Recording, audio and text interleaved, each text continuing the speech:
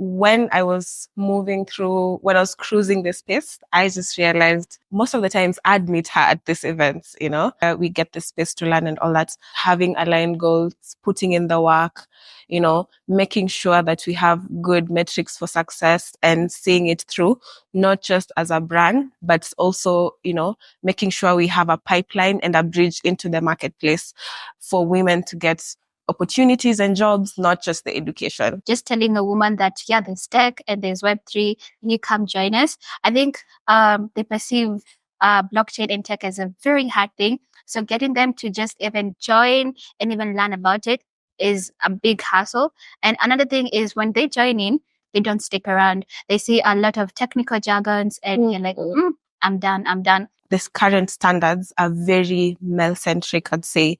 So we're just trying to find a way to make sure that even as we're providing cohorts, we're looking at, what kind of support, the extra support that they need, the extra environment. So, just finding a way to create an enabling environment for women to come in and stay in the ecosystem. We have to build the trust, and how we do that is, number one, by education again.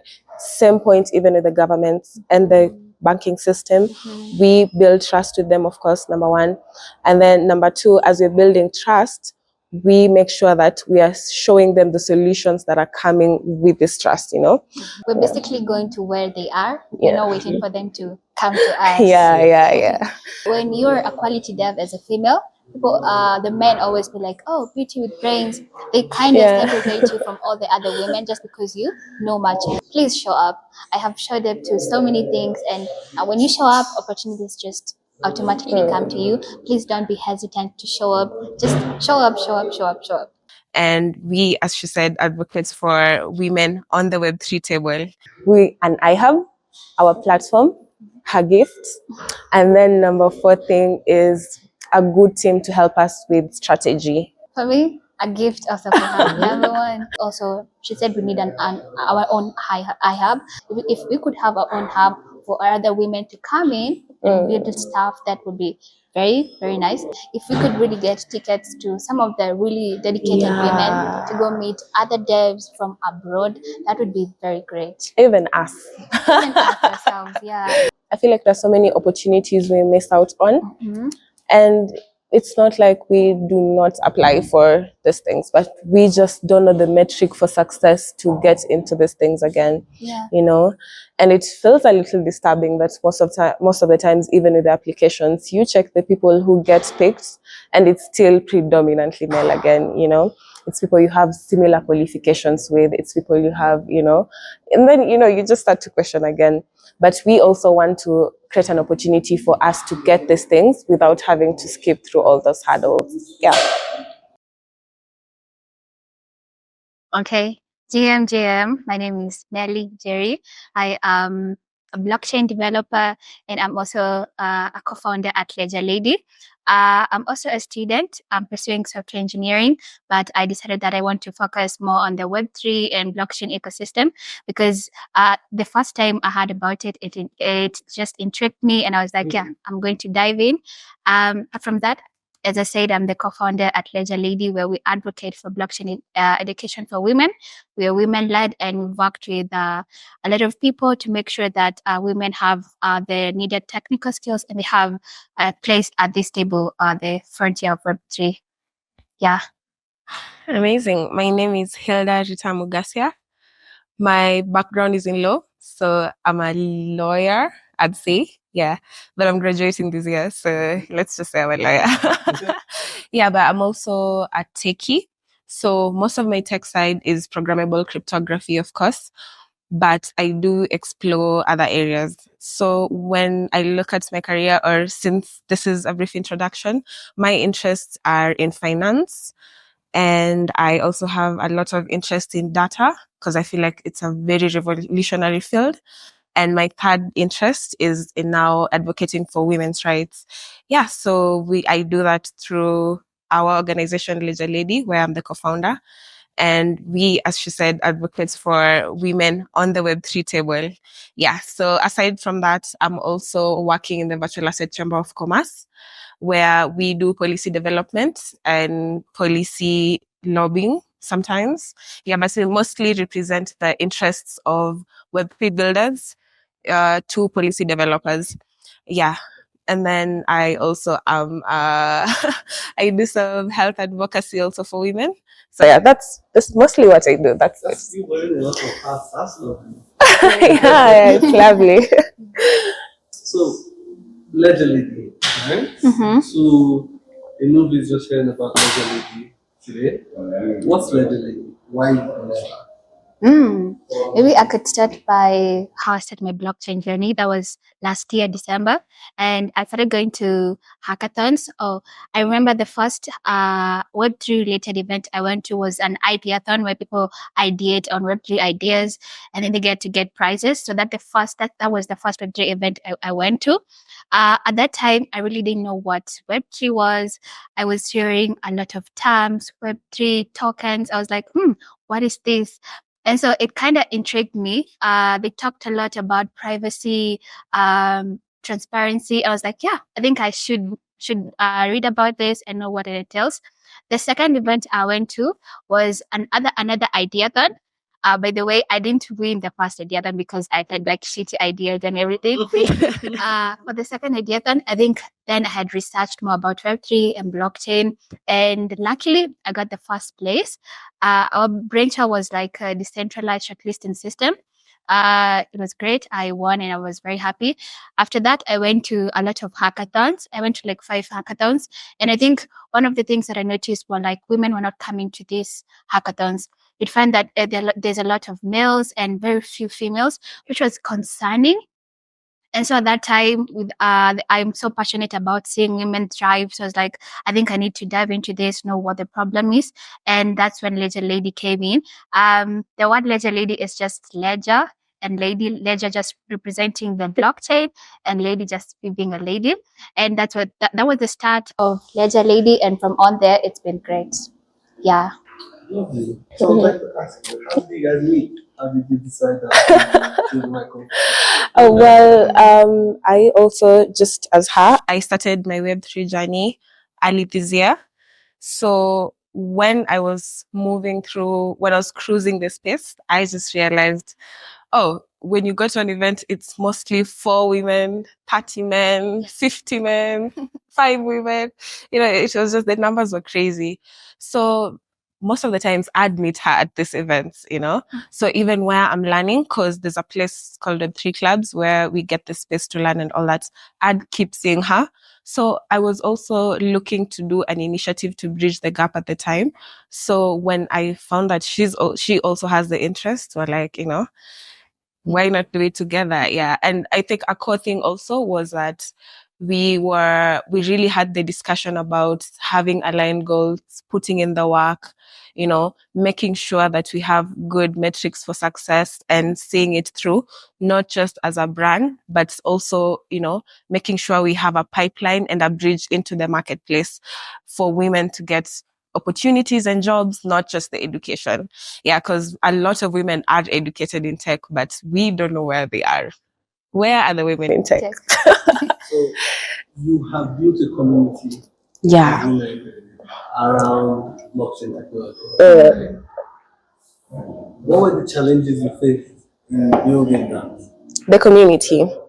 Also, first of all, I'd say that giving the idea of tech to women sometimes, I know women are brilliant, yes, but the whole ecosystem has just not been as accepting, I'd say. So they tend to shy off mostly because, it's comfortable or it's nice or welcoming when you see people who are just like you. So now just getting women and telling them, there's opportunities for you. It's not hard, and there's so much you can do, also just exploring and telling them that there's more pipelines aside the development aspect of blockchain and all that. So yeah, so just first of all, talking to the women and getting them to understand that, this is not some big oblivious thing that, is too much for you. This is just like an easy thing. And then number 2, I'd say we are both students. So juggling the tasks, especially on my side, I've been pursuing law. And then now I have I'm doing classes in programmable cryptography and coding. And then I also have an internship. And then now I have this that we're doing together. Yeah, so now getting the time to fully focus, it's been a bit of a challenge, but when you have the passion and you have a vision, execution is not that hard. Yeah, so, and then, yeah, I'd say also there is the cultural issues. To be honest, I do accept and I am happy that, we are creating spaces for women. But then we get to a point where you start looking at these things and you realize, women are still not getting credited for their work, even just maybe just general social issues that are in other workplaces, Now looking for a way to make sure that even the women you're bringing are fully comfortable in the space and all that. So I think from my side, those are the main challenges that I've pinpointed. Yeah. So Nelly, can do. I think I will agree with the first reasons she gave. Just telling a woman that there's tech and there's Web3, you come join us. I think they perceive blockchain and tech as a very hard thing. So getting them to just even join and even learn about it is a big hassle. And another thing is when they join in, they don't stick around. They see a lot of technical jargons and you're like, I'm done. So we've really been struggling with that. And I think another thing, like she said, is just juggling our community, work, school. I also have an internship and it's a Rust internship. So trying to know all those things, make sure that I deliver on both sides has been one of the issues. And I also think that also, like she said, the cultural issues around that, because I think most women, when they come to the hackathons and they come to the Web3 events, for example, I'd give an example. When I first went to a hackathon, I mean, I could write smart contracts, but somebody sees me and they're like, you know what? We just do the front end. I really want to contribute in the smart contract because that's like my area of expertise. But they're assigning me another side of the task because they perceive that I can do this or I will do shoddy work or something. So I think those are some of the struggles I've identified.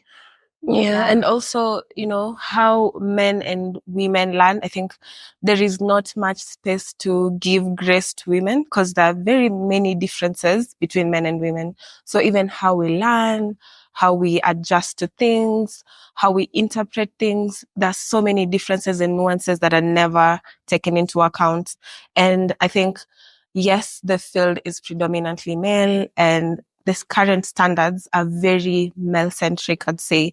So we're just trying to find a way to make sure that even as we're providing cohorts, we're looking at, what kind of support, the extra support that they need, the extra environment. So, just finding a way to create an enabling environment for women to come in and stay in the ecosystem. Yeah, that is an issue because, we're the first ones doing it. So we're kind of just looking and trying to see what works. Yeah, but it's an amazing journey. Can't complain. Okay, so can you share your journey into blockchain technology? What excites you the most about its future right now? Oh, now I love blockchain because of ownership. The whole concept of ownership intrigues me a lot because, how we are moving with technology, ownership is very, very necessary for us to ensure that we are spreading wealth and we're also to ensure that we are bringing opportunities and, just basically making the world a better place. Yeah. So when I first came into blockchain, ownership was the main thing on my mind, definitely. But then now discovering what ownership means or how ownership is implemented in blockchain has been an amazing journey. And that has taken me into, data protection. And the kind of data protection I explore is, just beyond the one that is currently here. So as she said, we both do programmable cryptography in Rust. So we're looking at things like zero knowledge, fully homomorphic cryptography. So the research really intrigues me, to be honest. And then now I love math. I really, really love math. My mom is a mathematician, one of the best I've ever met. So yeah, and I've been in law school. So I've not had the opportunity to do as much math. But when I got to Web3 and the first thing I actually got, it was an advertisement for a cohort. and they were saying math for Web3 development. I was like, yeah, I need some math in my life. Yeah, so it was amazing. And once I took the classes, it's been an amazing journey. Of course, it's, the learning curve is not that slow. Yeah, it's not swift. It's such a steep learning curve, but I really appreciate it. I think the interest is what keeps me going. And also the fact that I've managed to model my career and my interests around what the technology offers. And then, also the fact that there's opportunities for everyone, literally you can think of anything and blockchain has a solution for it. Yeah. So all the problems we've been facing in this current epoch, blockchain is a big answer and a big solution. And I love solutions. So yeah, exploring it is a very nice opportunity for me. And yeah, I'm eager to see what is in store for us. And especially, so you also asked about the opportunities for blockchain in Africa. Yeah, I think wealth creation is a big thing. Also, access to amenities, it's really, really big. And, when we talk about it, of course, from a detached point of view, it may not look as big. But now when you go to the societies that are actually benefiting from these technologies, you find that, people are making money using deep-in projects, so wealth creation is growing, people are getting ownership for their data. Wealth creation is going. You can look at the creative industry. It's really boomed. Do you remember the NFT Africa event? Yeah. Oh my God. It's amazing. So we are actually seeing people not having to switch really, but they're getting to use the technology to enhance their lives. Yeah. And it's bringing them money. It's bringing them, joy and just a lot of things. So I think it's a really bright future, especially as it's being plugged into AI, or AI is being plugged in and other technologies. I'm really, really hopeful. So what I think is just necessary and really necessary is ensuring that the knowledge we have and the technology is really reachable to the common Mwananchi, would say Mwananchi. I don't know if, let's just say the normal person, because a lot of these products are very, very technical. So just finding ways to really break it down and make it usable to the everyday person, that's a big thing also. And yeah, I think let me just leave it there. Nelly. That was nice. I think I have two things that I'm really excited about. First of all, it's privacy. We all know yeah. we all know about ZK, and there's a lot of many technologies that are coming up around privacy. The one that I'm really really happy about is ZK. I've been learning about ZK, and I'm really struck by what ZK can do. For example, if I could give you an example. What if I could prove that I am of legal age without revealing that I was born at this date or I'm Yeah. actually this date? That's a lot of privacy, and Yeah. that's one thing I'm really excited about. And besides the front part of the privacy, I think now what goes behind, the math and everything, like she said, I also love math, and ZK is a lot of math. And for example, math and cryptography. I was trying to sign up for a website, and they asked me to solve like a cryptographic puzzle. That really excited me because I see that these things are being integrated into like the normal interactions we're having with technologies.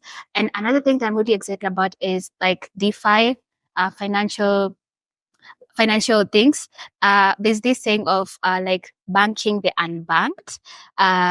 In Africa, I mean, there's still a lot of problems around, cross-border payments and everything. I've been seeing a lot of fintechs coming up and trying to solve the cross-border payments. And yeah, I mean, of course, it's not really solved completely because there's still some problems around paying money to other countries, especially in Africa. But I'm really excited to see what will come up because there's so many technologies coming up, and I think DeFi will really revolutionize the African payment ecosystem. And I think the opportunities is also, like she said, wealth creation. I think DeFi will do that for so many people because we'll have to interact through cross-border payments. You can get paid, and I think those are my two reasons. Okay, so I had earlier this morning, I had come from an anti-financial crime summit. Oh yeah, you went to that one. Yes, Yeah. the partnership with financial reporting culture. Mm-hmm. And one of the concerns now is security concerns around blockchain, right? Yeah. Now, given the rise of this digital fraud and security concerns, how do you see blockchain technology addressing these challenges, both in Kenya or the broader African context? That's an amazing question. And we have been thinking about it a lot. And I think I'm actually excited that you asked because we are getting into partnership with Global Ledger for a training on blockchain forensics. So what most people fail to understand is that for every problem, there's a solution, you know? So people are never really looking out for the solutions, I'd say. But I think when you just go online and check, there's so many products being created right now that are enabling for fraud prevention. So, for example, as I'd said, blockchain forensics, and then now, okay, let's just say the blockchain forensics aspects, but the issue is interoperability with local governments, you know? So the issue really isn't that there's no solution. The issue is, you know, how are these solutions brought together for them to be effective? Because, you know, right now, even we're having issues with regulation, licensing, and all that. That just means that we are bringing in a platform for most of the illegal cash and all the, you know, that's going around to be cashed out in Africa, you know. So I think we really, really need to get help, and not really help, but collaboration, or be in collaboration with the government, especially. So I think we are overlooking a lot of the solutions to these problems.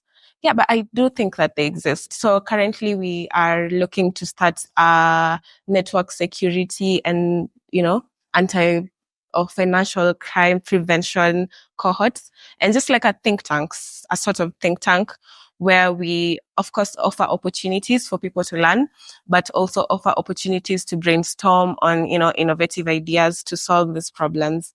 But I do think that it's a prime time to think about this. So yeah, there's definitely solutions. Yeah. I really don't have much to say about that. I think she just unraveled the whole thing very well. So I think I'll just leave it at that. So let's start with you now and say, what challenges have you faced as a woman in the blockchain space?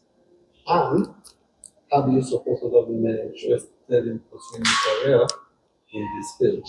Hmm, that's a great question. I think I would say a lot of challenges. The first thing is myself. I've just gotten into blockchain. I don't have a mentor or someone who can guide me on saying, Nelly, this is where you need to go. You don't need to go there because that's a bit longer. So when you're getting into Web3, and maybe for another woman getting into Web3, they might be confused. Where should I go? Because trust me, there's a lot. There's like a waterfall of information that you have to know, and you're like, oh my god, what should I do? Where should I focus on? So the lack of a mentor to like support me and lead my hand and tell me that, yeah, just take this path. And I think I don't want to say that there are women in the space, and I think they would mentor the women, but I think maybe they're not like readily available. So I think that's one of the challenges. Another challenge is also navigating like now the corporate side of the Web3. For example, let's say I am a skilled woman and I'm trying to like get a job in Web3. I think for me it has been a hassle because I don't know. I think they probably think that we don't have the skills or something. So before I get the job, I'll have to justify myself a lot of times. So I think those are some of the challenges that are faced. I think she can add on that.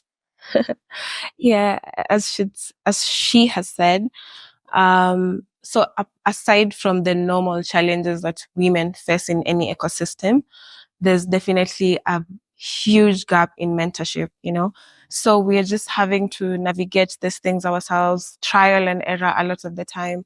As I said, like you have a passion, yes, but there's no clear roadmap on how you're going to make this passion come to life, or, you know, how you're going to make it interoperable with other areas of your life.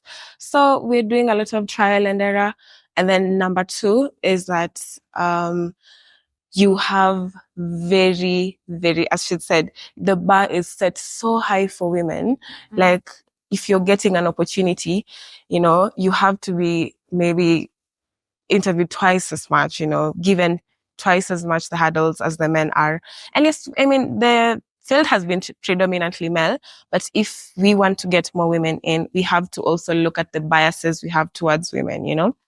And I think another huge thing that I've realized is that the pay gap is also horrible. Yeah, the pay gap is bad. And then there is not as much spaces for women only, catering to the unique needs of women, you know.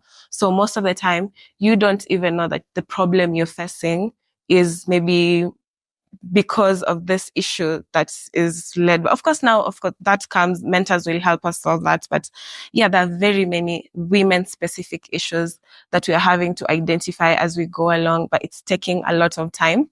Yeah, it's not such a smooth journey. Yeah, I think those are the most ones. Yeah, and also to add on myself, not as a technical person trying to code and everything.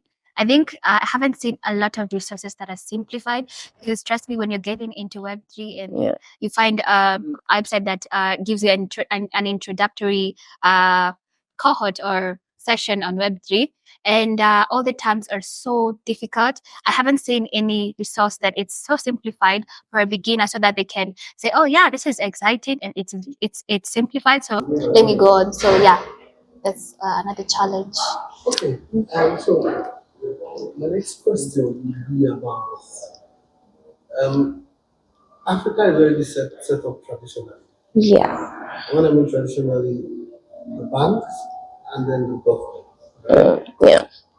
How do you think the decentralized legal system could help these two industries, either the bank or the financial? She can answer that. Yeah, I'm a lawyer and I do. I've been doing work around that, thanks to my mentor. Kaka. Okay, I don't want to call him mentor anyway, but yeah. So I really think that blockchain. No, I know that blockchain offers a lot of solutions for the government and for the banking system. Of course, as you've said, they're very traditional and hard to break. So I think that the main thing we have to do is open up education for them. And I think there's so many initiatives that are enabling for this. We are also doing a lot of pro bono work around educating, you know, regulators and educating, you know, people in the financial system. So I think the biggest thing is just education, showing them the opportunities. And I'm actually grateful for, you know, some of the initiatives going on, like the one by Web3 clubs and the one by, you know, Global Ledger, just making sure that they are aware, because, you know, we have to consider that they are the older generation. They are very new to this. I mean, it's very easy for us to, you know, just catch on and learn and go faster. But for them, it takes time. So we also have to be patient with them a little, even as we are nudging them, you know, because we need them to step up, you know. But yeah, I really think that education is the biggest way. No, I know that. Yeah. Okay. I think she said everything. That's nice. So, for me, one of the things I've always felt like blockchain would help us with is documentation. Yeah. Right? And the ease of transfer of those documents. Do you see that happening in Africa? So, for example, probate, right? When a man dies now, or a woman dies now, your will or whatever is written as a will is typically written with the lawyer, and if the lawyer changes it, you actually don't know. Yeah. Right? And I see a lot of opportunities with blockchain with respect to that. What do you think would be the acceptability level? Because now the technology is there, the question is, will Africans accept it? I think Do you think if you go to a traditional family meeting, yeah.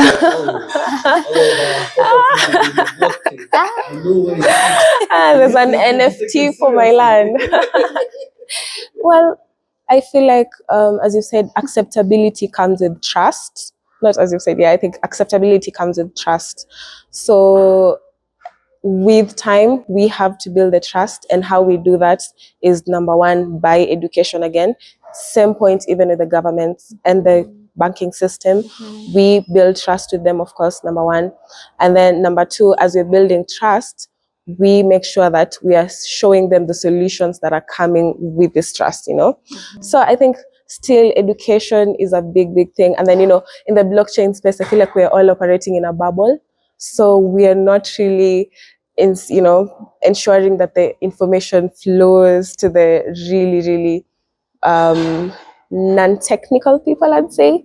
Yeah, so just making sure that we are building trust and we're making it a household concept, not just a technical concept and a career or corporate concept, because this is a technology that's coming to be a household, it's coming to solve very household problems and, very personal problems also, as you've said. So we just need also to get out of our bubble and talk to people, talk to your friend about it, even if it's not as formal. I think that's the main thing for me. Yeah, I'll emphasize on education because I went and told my grandparents that, Grandma, there's NFTs and this is what they do for your land, and your land is going to be on the blockchain. I'm going to take your title deed and represent it as an NFT on the blockchain. She'd be like, what is that? So if we could find a way to simplify these terms to them and tell them, yeah, this is how it happens, as such that they would get the what is it for me, what is it for them, and how security comes in. I think that would be great. Yeah, so I'll just emphasize on education. Yeah. And of course, these things like trusts don't just come with the education, also, it also has to come with the acceptability from top authorities, so governments, also, as you've said, traditional systems that are already in place. So we have to really work on building trust and connections with the existing systems to make sure that we are not really in the good books, but we are making them also accept the technology that we have, because their acceptance means that we are also getting acceptance from people who trust them. So that's mostly it. So I would ask, right, what innovative tools, Yeah. right, or strategy Yeah. do you think would help us get to that next step? Right? Yeah. Do you think, I mean, now power of hindsight, right? You have more information now, so you can easily say, hey, when I was starting out, I could have used this tool. Yeah. So, what do you think is the tool that we can use? Media. I think media is a very important tool, especially, common consumable media, so we really have to step up. But I think we are the projects that are already doing that. Yeah. But I think projects like Blockwisely are doing an amazing job. So just making the media very consumable.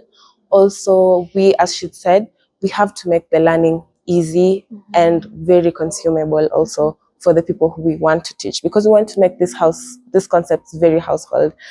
The terms are so technical.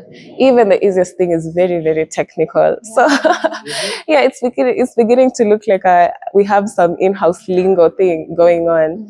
Yeah, so we really need to push on the media thing, and we also need to create a learning path for most of this not really career paths, but concepts in blockchain to enable people who are already in traditional systems to also not really acknowledge, but adopt the technology.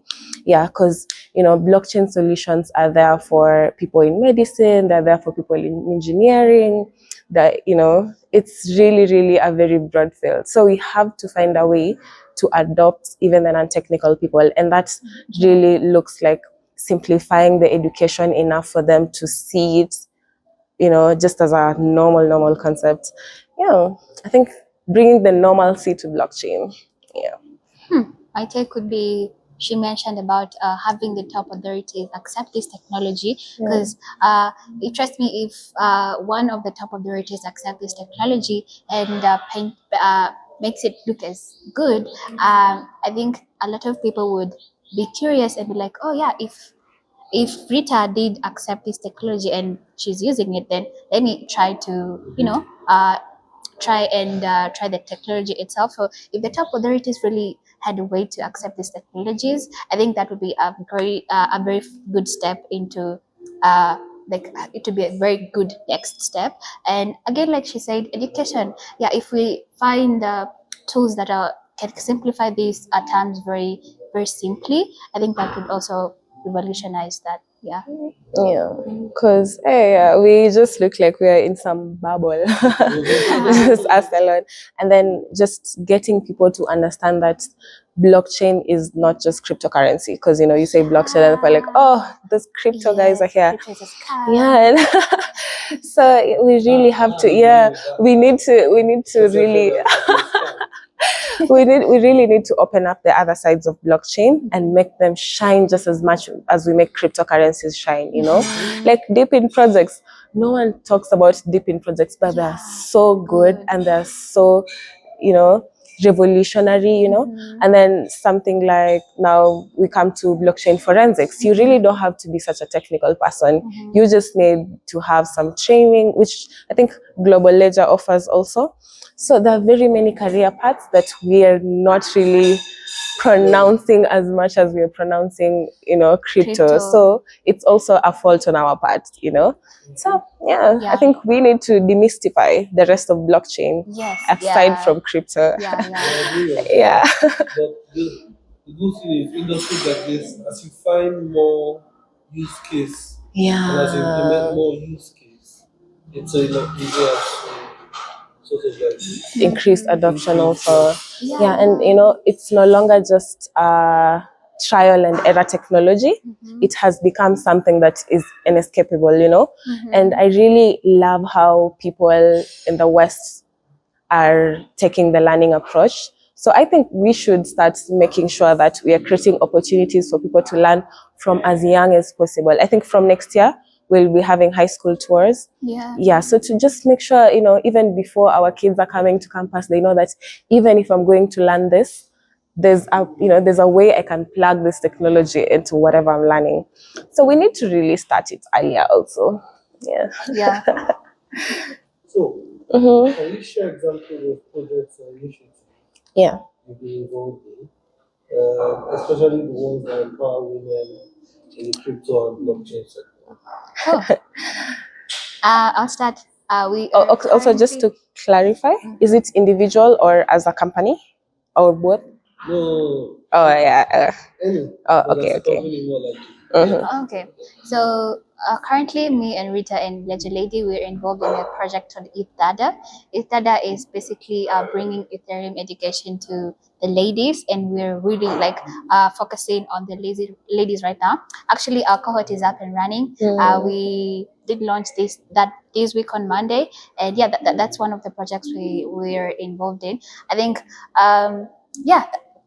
for me that's it. Yeah, and I think we are also making sure that we are creating avenues that are not just educating the women we're working with, but getting them into the ecosystem and into the workplace, So I think with ETHDADA, we are grateful to, one of our partners is Kokeb. She's currently in Singapore and with 3 clubs. And so, we are getting the resources to make sure that, number one, we are catering to the specific needs and nuances of women in education, especially, and then just making it simpler for them to, get into the market and showing them the opportunities, and making sure we have strategic partnerships for mentorship and all that. Yeah, so we have become very, very specific about our agenda. And then, so I think we are also setting the bar a little high, but we also want to push quality devs into the market, We are also removing the stereotype that, you have to test her twice as much to ensure she's giving the quality that you want. And then we've had a couple of hackathons, there's so many, with Arbitrum, we've done with Solana. Yeah, so we've done those hackathons. And then another thing we do a lot of is now onboarding the non-technical talent. As we've said, we want to make blockchain a very household concept. So we've had campus tours Yeah. We in partnership with Omojavas, and there's another one we've had in partnership with Kiboko DAO. So we're just getting people outside the technical side to also just come in. And I think from once we're done with the launch of, It's Dada, then we can look at ideathons for the non-technical people. And then now we see how we can pair them with developers who can also help them to, build on their ideas, or just show them how they can get their ideas to life or bring them to life. Yeah, we're basically going to where they are. Yeah. We're not waiting for them to come to us. Yeah. Exactly. Say you are the minister for the crypto industry, or you're responsible for cryptocurrency. Okay. Yeah? What are 3 things you would do differently to help the industry grow? To help the industry grow.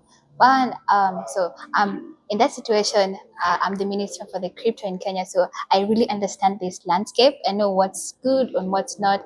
I know the right ways and the not very right ways. So I think one thing I would like to clarify as a minister is, this is the way. This is not the way, because I know there's a lot of things going on, and they're masquerading as great things. So I think one of the things I would do is, set the path right. This is where we're going. This is not where we're going. I think another thing I would also do is, I think education. Yeah, I would try to have some initiatives that are educating people around crypto, and also supporting solutions that are trying to simplify like crypto and me in terms of DeFi. For example, there's an app called Tando. Tando allows like people to spend BTC, but in a very simple way. I could spend it at a local shop in my rural area. So I think I would try to support and drive more solutions as such. And that's the lady from Big Dada. Yes. Yeah. I think I would support more solutions as such. The third thing, I think it's okay.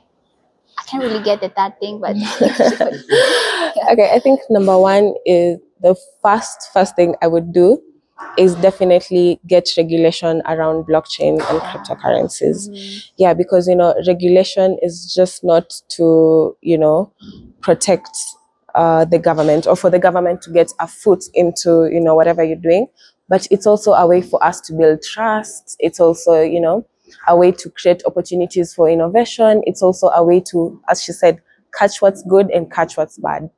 Yeah, that's of course number one. And then once that is set in place, number two, as she said again, education, making sure that we're making blockchain a household concept, a normal concept.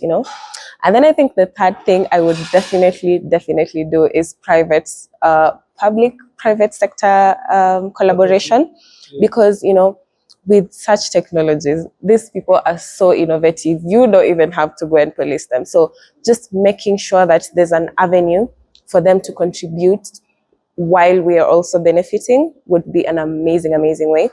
So yeah, and adoption of blockchain technologies in government matters. I would definitely push for that, because most of the problems that we're facing as a continent are very, very solvable. We just need to get them, we just need to get the experts from the, as I said, private side also to come and give us some consultancy or something. But yeah, definitely private public partnerships are a very big thing, and they're very unexplored. I can't wait for them to start being explored. Yeah. So I like that you guys have come together to do something very, very genuine and amazing. Yeah. But I also know that the challenges are enormous. Yeah. And then being able to find this solution can stretch you a lot. Right? If you wanted to look at success, or you want success in life, just like the numbers, metrics, maybe the number of female crypto adoption is 1%, 10%, or 20%. What does success look like? So I think with our community, number one, also as you said, how we got in is that, when we got in, the first thing we realized is that, it's three of us in a room of 30 men. So one metric for success is going to be that when I go to a hackathon, it's going to be, let's say, 20 or just more, at least a significant amount of women as compared to the men. Number two metric for success for us will be the women in our community are building products, they're getting funding for their products, number three metric for success is definitely gonna be the women from our community are getting jobs in the industry, they're getting opportunities to push their products and their entrepreneurial pursuits in the blockchain space within the industry, because, even just aside the normal issues we have raised, we have very, very nice founders, not nice, very knowledgeable and very the sound. We have very knowledgeable founders in our communities, but funding for women is also very low. Yesterday I was doing research for something and I realized that I read some article that Black women get 0.9% of VC funding in general, and that's worldwide, So a very big metric for success for us will be a metric of success for us is gonna be seeing our women also getting funding for their projects. Yeah, because we just don't want to push you and to get an education. We want that education to benefit you. Yeah, and your community, of course. Yeah. Mine would be quality devs, honestly. Yeah. The first thing, if when you're a quality dev as a female, people, the men always be like, "Oh, beauty with brains." They kind of segregate you from all the other women just because you know much. So I think one metric for success would be having quality devs.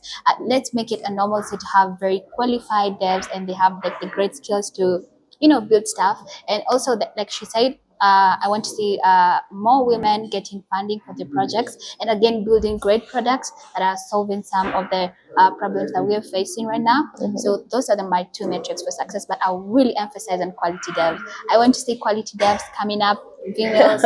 We really need to build. And that came, I saw a tweet saying we really need to see more women building and building quality stuff. So when I see quality devs, I think that would be success for me. Yeah, and then I think another metric for success is also gonna be us getting funding. We do most of our work out of pocket. It's not as easy, really. And I think partnerships are great. They help us, get things going. But the money really does the work also, You need spaces to host events. You need to get funding to do a lot of things. And of course, you do write proposals, takes time to hear from someone. And it's a little sad, but yeah, we really, really want to see the money coming in also. Yeah. Funding has always been a big challenge for tech industry in Africa. And sometimes it's not just a function of whether the industry is good or not. Yeah. It's also a function of has that founder been burnt before?